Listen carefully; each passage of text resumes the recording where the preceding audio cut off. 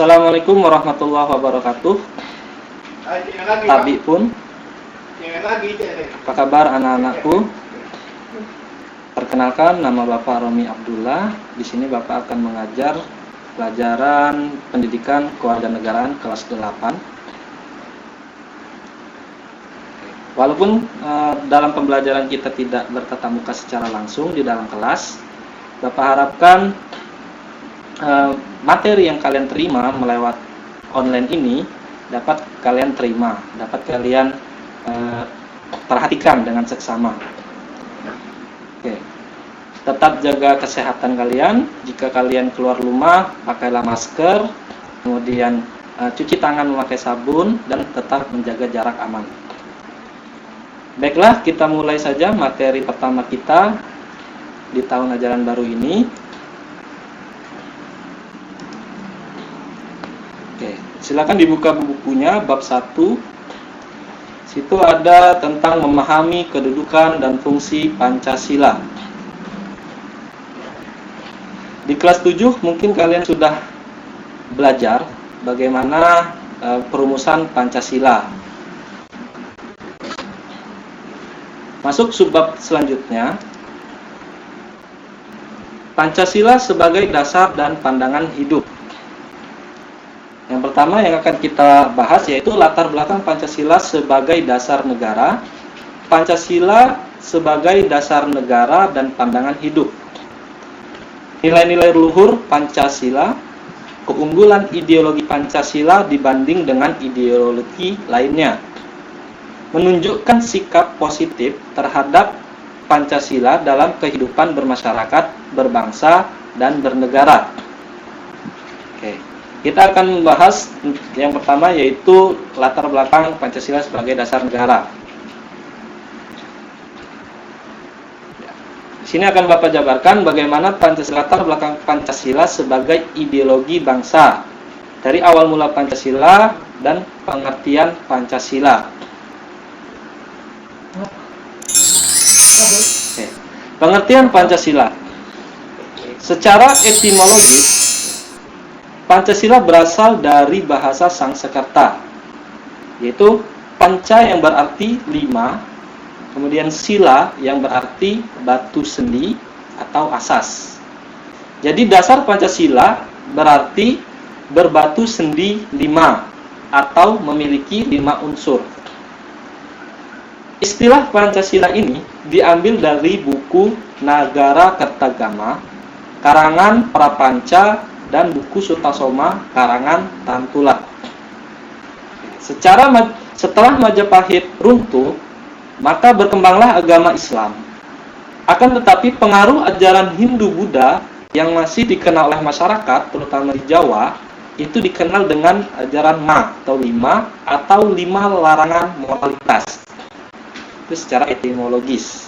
Jadi panca itu 5, panca itu artinya 5, sila itu artinya asas atau batu sendi. Adapun secara historis, proses perumusan Pancasila itu diawali pada sidang BPUPKI, yang mana dari hasil sidang BPUPKI itu menghasilkan pada tanggal 29 Mei tahun 1945, Muhammad Yamin berpidato tentang dasar negara. Ya, isi pidato dasar negara Muhammad Yamin ini itu tertuang ada 5.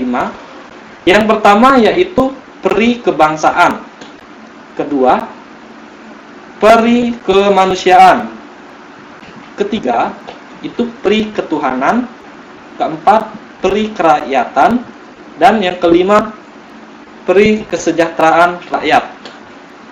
Nah, dari hasil rumusan awal Pancasila itu, kemudian pada tanggal 1 Juni tahun 1945, Insinyur Soekarno mengusulkan agar dasar negara diberi nama Pancasila. Dan usulan tersebut diterima oleh panitia sidang BPUPKI. Kemudian pada tanggal 22 Juni tahun 1945, 9 tokoh nasional mengadakan pertemuan dan menghasilkan Piagam Jakarta atau biasa disebut juga dengan Jakarta Charter. Adapun isi Piagam Jakarta ini yaitu yang pertama, ketuhanan dengan kewajiban melaksanakan syariat Islam bagi pemeluk-pemeluknya. Yang kedua, kemanusiaan yang adil dan beradab.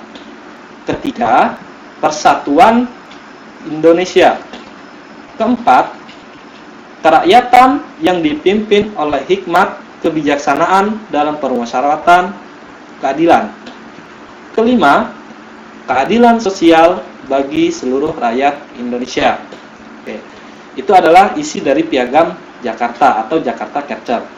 Nah, adapun tokoh-tokoh dalam panitia 9, yaitu yang pertama Insinyur Soekarno sebagai ketuanya, kemudian Dr. Andes Muhammad Hatta itu sebagai wakil ketua, A.A. Maramis sebagai anggota, Abi Kusno Cokro Sujoso itu sebagai anggota, Abdul Kahar Muzakir sebagai anggota, Agus Salim sebagai anggota, Mr. Ahmad Subarjo itu sebagai anggota juga, Kiai Haji Wahid Hashim sebagai anggota, dan terakhir Muhammad Yamin sebagai anggota.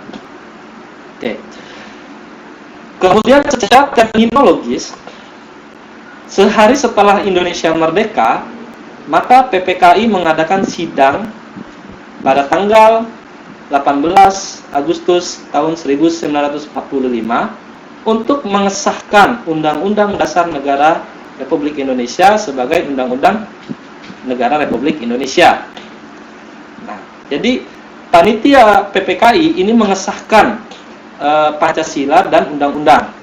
Sedangkan Undang-Undang Pancasila itu terdapat di dalam pembukaan Undang-Undang Dasar Negara Republik Indonesia tahun 1945 pada alinea keempat. Oke. Mungkin dari kalian ada yang bingung atau yang lupa apa itu BPUPKI dan PPKI. Jadi Bapak akan jelaskan sedikit.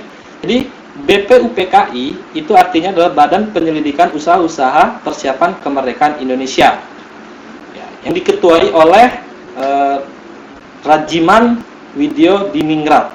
Kemudian PPKI itu adalah Panitia Persiapan Kemerdekaan Indonesia, ya, yang diketuai oleh Insinyur Soekarno. Oke, selanjutnya Pancasila sebagai dasar negara. Latar belakang Pancasila sebagai dasar negara tidak dapat dilepaskan dari sejarah perjuangan bangsa Indonesia dalam mencapai cita-cita kemerdekaan bangsa. Ya, kita tahu bahwa negara kita dijajah oleh penjajah Belanda itu kurang lebih sekitar 350 tahun lamanya. Kemudian disusul oleh Jepang itu sekitar 3,5 tahun lamanya. Kemudian sejarah perjuangan bangsa Indonesia mencapai kemerdekaan berlangsung selama berabad-abad tadi. Semua negara di dunia haruslah memiliki dasar atau fondasi negara. Fondasi tersebut berupa ciri, cita-cita, acuan, dan tujuan yang akan dicapai suatu negara yang tentunya berbeda dari negara lain. Ya. Setelah proklamasi kemerdekaan Indonesia, tentunya negara kita sudah merdeka. Akan tetapi kemerdekaan itu apabila tidak ada fondasi yang kuat, maka suatu saat negara tersebut akan dijajah kembali. Oleh karena itu, Indonesia, the founding father Indonesia, itu menjadikan Pancasila sebagai fondasi. Ya, tadi diibaratkan sebuah bangunan. Apabila bangunan itu ingin berdiri kokoh, harus ada fondasi yang kuat di bawahnya. Tuh. Kemudian para pendiri negara Republik Indonesia atau the founding father sudah dengan jelas menyatakan bahwa bangsa Indonesia membutuhkan sebuah dasar bagi penyelenggaraan negara. Dasar tersebut dijadikan tujuan, cita-cita, dan acuan yang ingin dicapai atau disebut dengan pandangan hidup bangsa dan ideologi negara. Sebagai dasar negara, Berarti Pancasila merupakan norma dasar dalam penyelenggaraan negara kita. Pancasila sebagai dasar negara berkedudukan sebagai norma tertinggi dalam negara, serta sebagai sumber hukum dalam kehidupan ketatanegaraan Indonesia. Maka semua norma atau aturan yang berlaku di negara kita tidak ada yang bertentangan dengan Pancasila.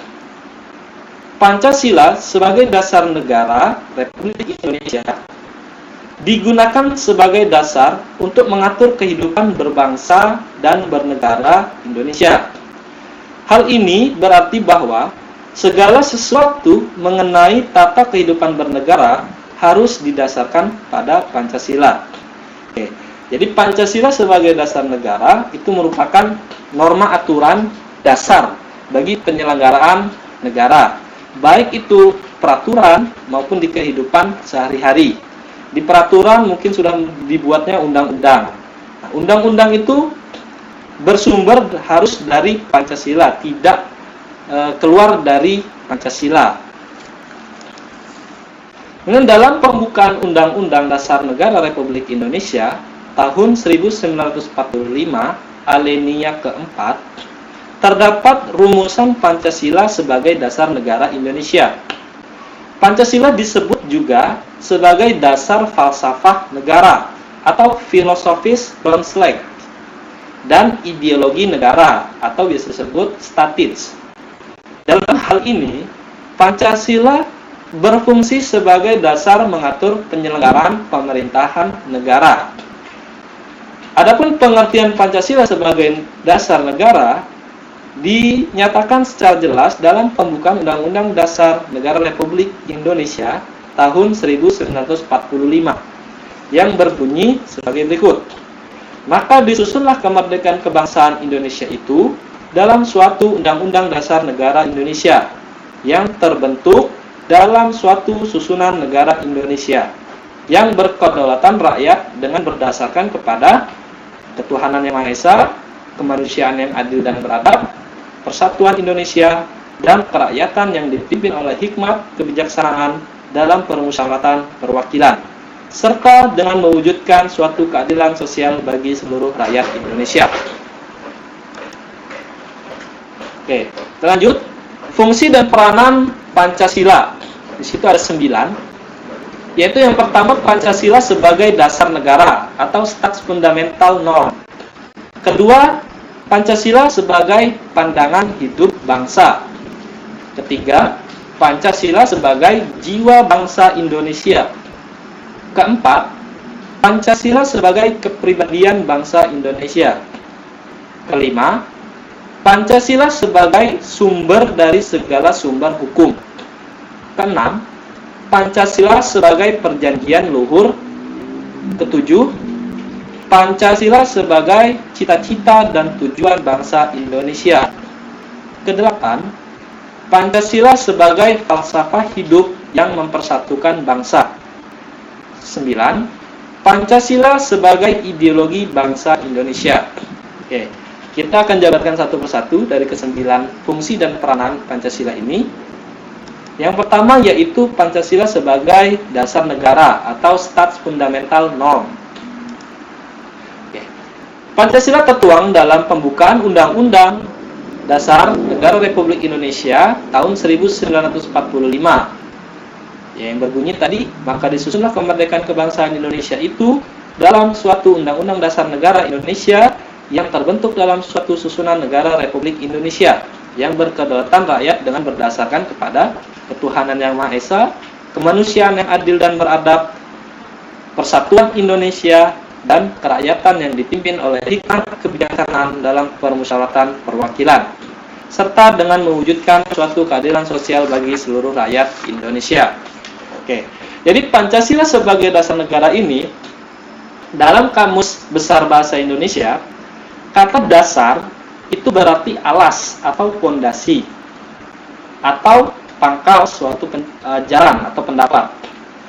Nah, jika dihubungkan dengan negara, maka kata dasar ini dapat dipahami sebagai pedoman dalam pengaturan kehidupan penyelenggaraan ketatanegaraan yang mencakup berbagai bidang kehidupan. Dengan demikian, dasar negara yang menjadi landasan hidup bernegara harus dimiliki tiap negara. Tanpa adanya dasar negara, suatu negara itu tidak akan memiliki arah dan tujuan yang jelas. Jadi setiap negara itu pasti memiliki dasar negaranya masing-masing. Kemudian dasar negara ini, ya, kita lanjut. Makna Pancasila sebagai dasar negara merupakan landasan bagi penyelenggaraan negara dan pelaksanaan sistem pemerintahan yang memiliki kedudukan tertinggi dan sebagai sumber dari segala sumber hukum ketatanegaraan di Indonesia. Konsekuensinya adalah segala peraturan yang ada harus berdasar dan bersumberkan pada Pancasila. Oke. Pancasila menjadi norma dasar atau kaidah negara yang sangat fundamental. Oke. Jadi di awal pembentukan atau perumusan Pancasila ini itu sudah mengalami berbagai macam perubahan-perubahan. Di awalnya tadi itu Muhammad Yamin menyampaikan rumusan 5 tadi, kemudian Insinyur Soekarno juga menyampaikan 5 juga, dan disahkannya Piagam Jakarta tadi. Kemudian dari Piagam Jakarta itu masih ada negara Indonesia yang bagian timur itu tidak menerima. Karena apa? Di poin pertama yaitu ketuhanan dengan kewajiban melaksanakan syariat Islam bagi pemeluk-pemeluknya, ini mendapat tentangan atau bertentangan dari masyarakat di daerah timur, terutama kebanyakan di timur. Mengapa demikian? Karena di Indonesia yang beragama itu bukan hanya satu agama saja, melainkan kita memiliki 5 agama. Jadi diharapkan bagaimana agar tidak terjadinya pertentangan atau perpecahan di antara agama ini, atau maka disusunlah panitia 9 itu mengubah menjadi ketuhanan yang Maha Esa. Itu dari perubahannya. Agar apa? Agar masyarakat di daerah timur sana tidak melepaskan diri atau tidak ikut dalam Negara Kesatuan Republik Indonesia. Jadi tetap tergabung di dalam negara Kedaulatan Republik Indonesia ini. Oke. Kemudian yang kedua, Pancasila sebagai pandangan hidup. Oke. Pancasila sebagai pandangan hidup, bangsa ini merupakan pedoman dan petunjuk hidup dalam berpikir dan berperilaku bagi masyarakat dan bangsa Indonesia dalam kehidupan sehari-hari. Oke. Jadi suatu bangsa yang setelah merdeka, ya, pasti telah memiliki pandangan hidupnya. Ya. Pandangan hidup itu apa? Ya, pandangan hidup itu dijadikannya sebagai acuan dalam menjalankan negara kita. Ya, agar apa? Agar dapat memecahkan persoalan-persoalan yang ada di Indonesia atau di negara kita ini. Baik itu di urusan dalam negeri maupun di urusan luar negeri. Oke.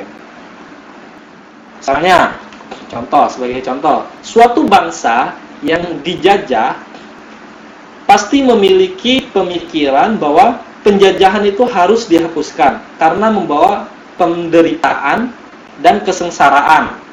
Nah, selanjutnya dalam diri bangsa itu tersebut lahirlah sebuah tekad ingin merdeka tadi. Nah, bagaimana harus merdeka? Berarti harus bersatu, tidak dalam kelompok masing-masing atau tidak individu. Nah, jika dalam pandangan hidup pada zaman dulu, pada pahlawan-pahlawan kita di zaman dulu, kalau mereka ingin merdeka hanya terpecah belah, hanya di daerah misalnya di Sumatera atau di Jawa saja yang ingin berjuang merdeka, maka tidaklah bersatu. Jadi bersatunya masyarakat kita itu adalah didasari dengan Pancasila ini. Jadi setiap agama, setiap masyarakat, baik itu yang muda, yang tua, itu bersatu untuk melawan penjajahan.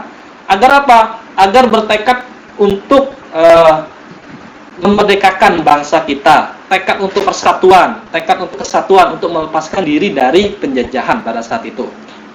Oke. Kemudian yang ketiga, Pancasila sebagai jiwa bangsa Indonesia. Pancasila sebagai jiwa bangsa Indonesia berfungsi agar Indonesia tetap hidup dalam jiwa Pancasila. Setiap bangsa dan negara tentu memiliki jiwa. Dalam hal ini, Pancasila menjadi jiwa bangsa Indonesia. Pancasila sendiri telah ada sejak bangsa Indonesia lahir. Yaitu kapan? Yaitu sejak proklamasi kemerdekaan. Oke. Jadi, setiap bangsa pasti memiliki jiwanya masing-masing. Jiwa kita pasti hidup dari perjuangan para pahlawan kita. Mengapa demikian? Karena di dalam perjuangan itu pasti punya keringat dan darah yang muncul, yang bertumpah. Jadi Pancasila tidak dapat dilepaskan dari itu. Jadi Pancasila sebagai jiwa bangsa Indonesia, bahwa Indonesia pernah dijajah, Indonesia pernah merasa tersakiti, Indonesia merasa pernah menderita. Makanya jiwa-jiwa seperti itu tentu ditanamkan kita pada generasi muda agar apa? Agar selalu membela tanah air kita. Jangan sampai bangsa kita yang sudah diperjuangkan oleh para pahlawan kita itu dijajah kembali oleh bangsa-bangsa asing. Selanjutnya, Pancasila sebagai kepribadian bangsa Indonesia. Pancasila sebagai pribadi bangsa Indonesia memiliki fungsi yaitu sebagai hal yang memberikan corak khas bangsa Indonesia dan menjadi pembeda yang membedakan bangsa kita dengan bangsa lainnya. Oke. Contohnya, kita memiliki beragam suku, beragam etnis, dan juga memiliki berbagai agama. Nah, jadi di dalam suku dan budaya, ya, pasti setiap budaya itu berbeda. Antara budaya di daerah Pulau Sumatera itu pasti berbeda dengan budaya yang di daerah Jawa, Papua, Sulawesi, Kalimantan, Bali dan sebagainya. Ya, jadi kebudayaan itu adalah ciri khas bangsa Indonesia dari dulu. Ya, dari dulu sebelum merdeka juga sudah menjadi ciri khas. Jadi, nah pembeda-pembeda inilah yang menjadi bagaimana menyatukannya. Ya, jadi menyatukannya dengan cara Bhinneka Tunggal Ika. Walaupun berbeda, tetapi menjadi satu, yaitu bangsa Indonesia. Jadi walaupun ada negara luar atau orang-orang luar datang ke Indonesia, ya, kepribadian bangsa Indonesia adalah santun, sopan, dan hormat, saling menghormati. Jadi walaupun sesama masyarakat Indonesia pun juga seperti itu. Kita pergi misalnya ke Pulau Jawa, pasti nanti disambut oleh orang-orang di Pulau Jawa sana. Begitupun sebaliknya. Nah, itulah yang menjadi pembeda ciri khas kita, kepribadian bangsa kita dengan bangsa-bangsa lainnya. Ya. Oke, selanjutnya, Pancasila sebagai sumber dari segala sumber hukum yang ada. Pancasila sebagai sumber hukum berfungsi sebagai sumber hukum yang mengatur segala hukum yang berlaku di Indonesia. Semua hukum harus tunduk dan bersumber dari Pancasila. Setiap hukum tidak boleh bertentangan dengan Pancasila. Setiap sila Pancasila merupakan nilai dasar, sedangkan hukum adalah nilai instrumental atau penjabaran dari nilai dasar. Oke. Hukum di Indonesia ada hukum tertulis dan hukum tidak tertulis. Adapun hukum tertulis itu adalah hukum yang sudah dituliskan dalam peraturan undang-undang. Ya, contohnya undang-undang.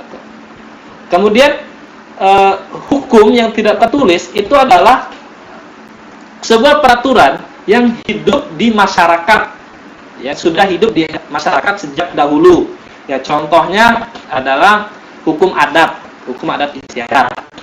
Biasanya adat Lampung itu berbeda dengan hukum adat di Jawa, kemudian di Kalimantan dan lain sebagainya. Itu adat istiadat masing-masing. Ya. Kemudian selanjutnya, Pancasila sebagai perjanjian luhur. Oke. Pancasila sebagai perjanjian luhur berfungsi dan disepakati melalui Panitia Persiapan Kemerdekaan tanggal 18 Agustus tahun 1945. Walaupun disahkannya Pancasila hanya oleh sebuah Panitia Persiapan Kemerdekaan Indonesia atau PPKI, tetapi PPKI sebenarnya adalah suatu badan yang sudah mewakili suara rakyat. Jadi Pancasila merupakan hasil perjanjian bersama rakyat. Oke. Jadi pada saat itu perjanjian luhur ini disepakati setelah 1 hari setelah proklamasi kemerdekaan Indonesia. 1 harinya, maka disepakati Pancasila sebagai dasar negara dan perjanjian luhur. Itu kedudukan Pancasila sebagai perjanjian luhur. Kemudian Pancasila sebagai cita-cita dan tujuan bangsa Indonesia. Oke. Pancasila sebagai cita-cita bangsa memiliki fungsi yaitu untuk menciptakan masyarakat yang adil dan makmur. Oke. Cita-cita bangsa kita adalah yang utama yaitu memerdekakan bangsa kita, sudah tercapai. Kemudian apa? Setelah merdeka diharapkan bangsa kita yaitu masyarakatnya itu dapat adil dan makmur. Jadi pemerintah tidak boleh membedakan satu dan yang lainnya atau membedakan kelompok satu dan lainnya. Tidak. Jadi setiap masyarakat itu mempunyai haknya masing-masing, setiap masyarakat itu mempunyai andilnya untuk negara, jadi tidak ada pembeda, baik yang kaya maupun yang miskin. Nah, pemerintah juga harus memikirkan bagaimana kesejahteraan rakyat. Apakah rakyat Indonesia ini sudah sejahtera? Jangan hanya melihat di daerah perkotaan saja, tetapi lihatlah di daerah-daerah yang di pedalaman. Apakah di situ jalannya sudah bagus? Apakah di situ sumber daya alamnya baik atau hasil pertaniannya itu baik, bagus? Nah, itu yang harus dilihat oleh pemerintah. Ya, untuk saat ini juga pun seperti itu. Jadi tidak bisa dikatakan makmur apabila masih terdapat masyarakat yang masih merasa belum cukup hidupnya atau untuk kehidupan sehari-harinya itu belum cukup. Jadi untuk pemerintah dilihat masyarakat itu. Oke. Kemudian yang ke-8, Pancasila sebagai falsafah hidup yang mempersatukan bangsa. Indonesia adalah negara yang kaya akan budaya dan etnis yang berbeda. Pancasila merupakan sarana alat yang sangat ampuh untuk mempersatukan bangsa Indonesia.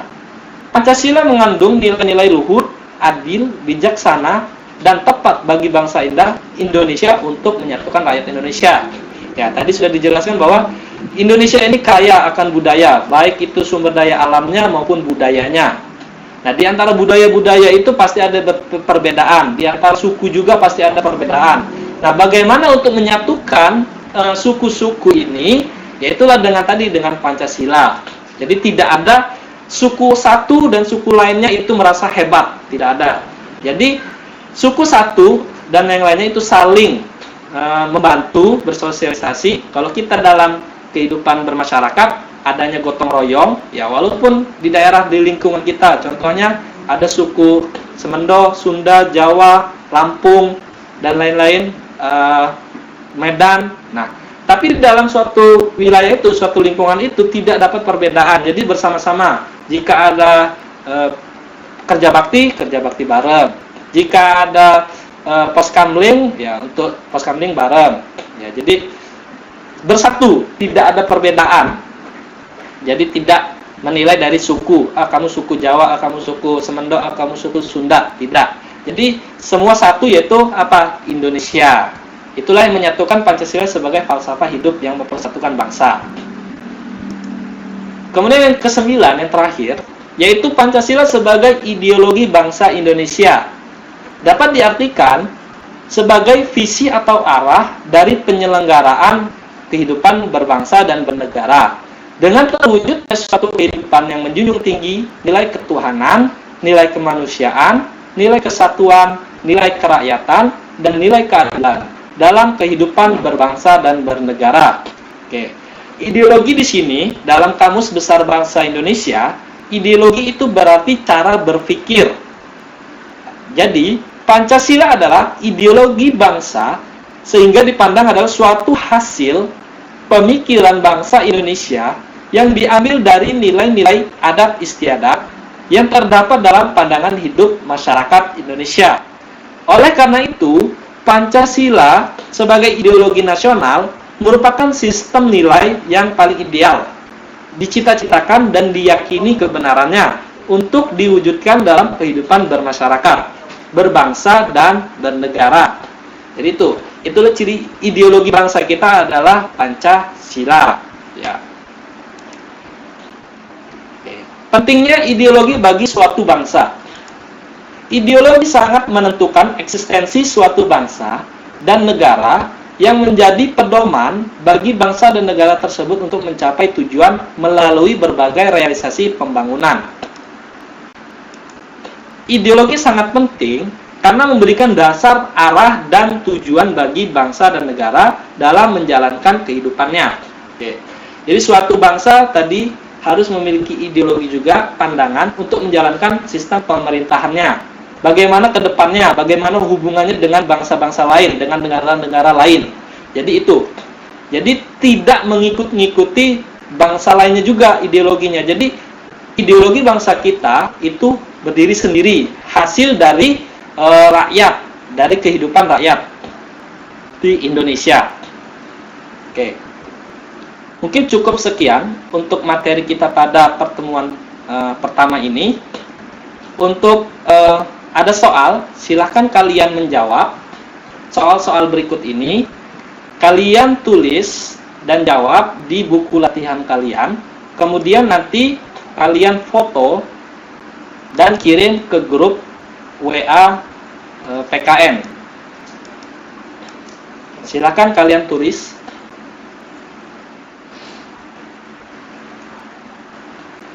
Oke, cukup sekian materi dari Bapak Iri. Wassalamualaikum warahmatullahi wabarakatuh.